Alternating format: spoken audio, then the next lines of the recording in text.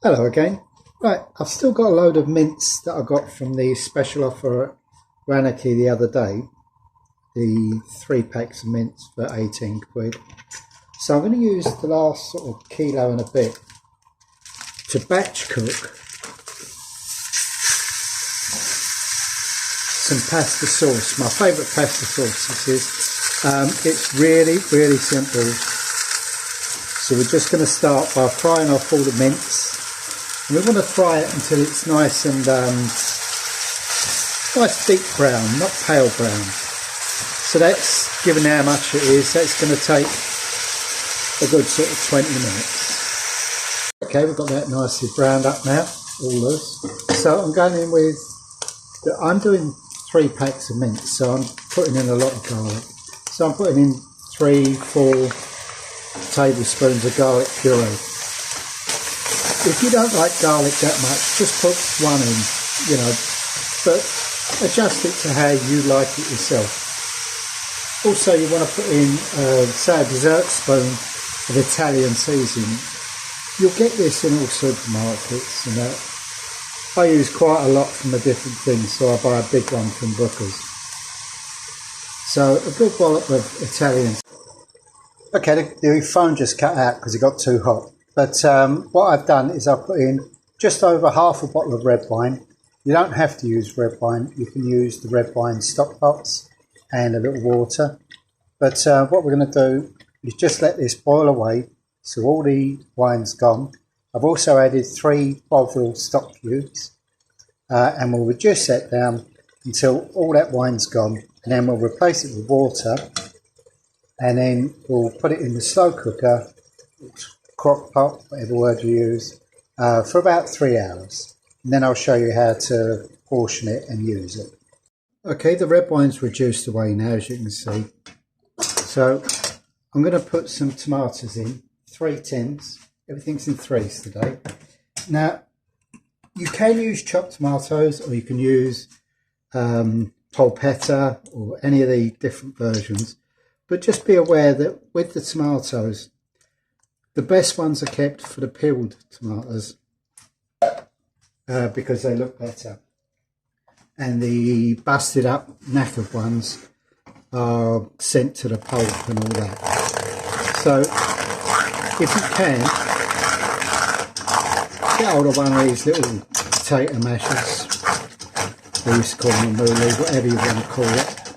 And get the good tomatoes, put it through. Also with the tomatoes, don't buy the cheap ones. You're not going to get a great result. Save the tin, and we're going to just put a quarter of the tin, quarter of the tin of water, swirl it around, put that in.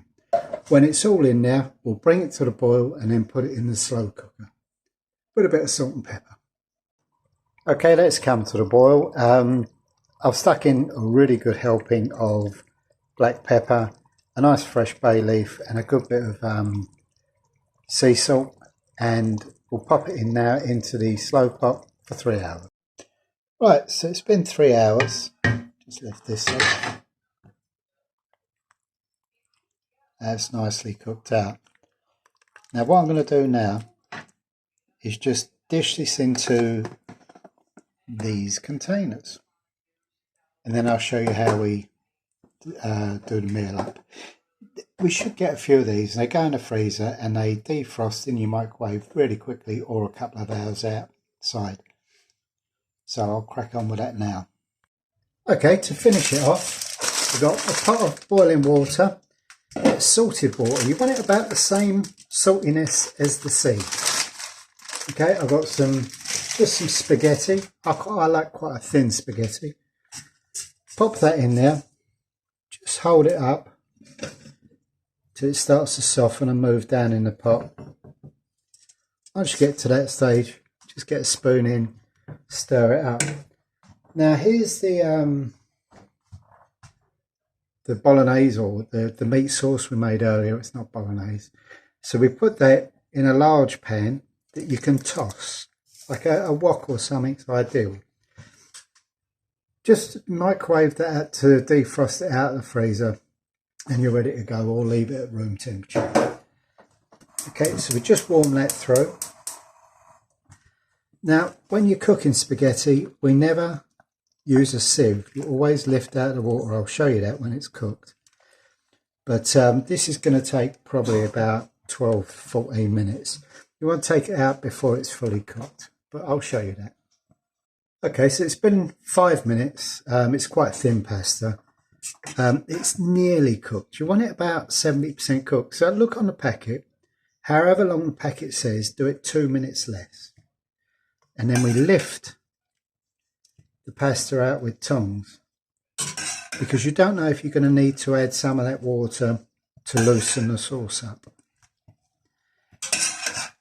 And it's the best thing to loosen it up with. And also, it's not great to serve pasta with the sauce on top because everyone gets messy at the table.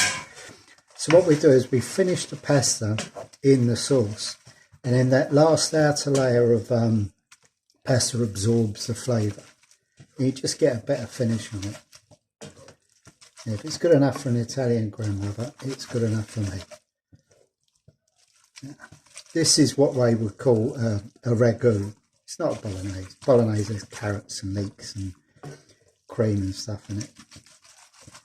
But there we go.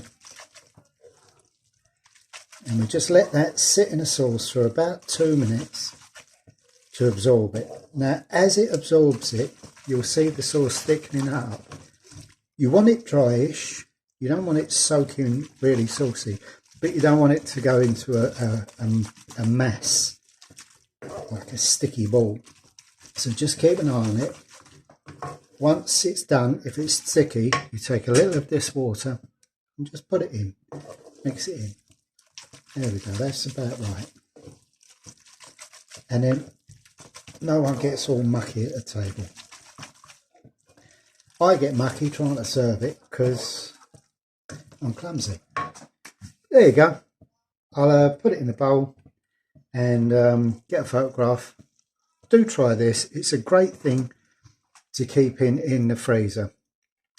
Quite often, if we've sort of been busy or something, we'll come in. I'll just whack one of them out. So you've got a full meal in like 20 minutes. So give it a bash.